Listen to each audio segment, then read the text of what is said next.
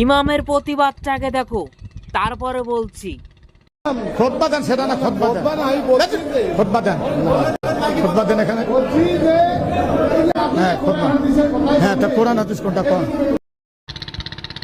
আরে ভাই, আমরা 50-100 টাকা দিয়ে এই ইমামদের প্রতি আমরা অনেক খবরদারি দেখাই, অথচ তিনি কিন্তু আমাদের নেতা। এই ইমামরাই কিন্তু আমাদের নেতা। যে ব্যক্তিটা বলছে, যে ইমামকে বলছে যে আপনি হাদিস কোরআনের আলোকে কথা বলেন, আসলে উনিও কিন্তু আমার মনে হয় সাধারণ পাবলিক। হ্যাঁ, ইমাম সাহেবের ভুল হতে পারে। এই ইমাম সাহেবের ভুল ধরবে কারা? যারা হাদিস কোরআন সম্পর্কে ওইরকম জ্ঞান রাখেন, তারা ভুল ধরবেন।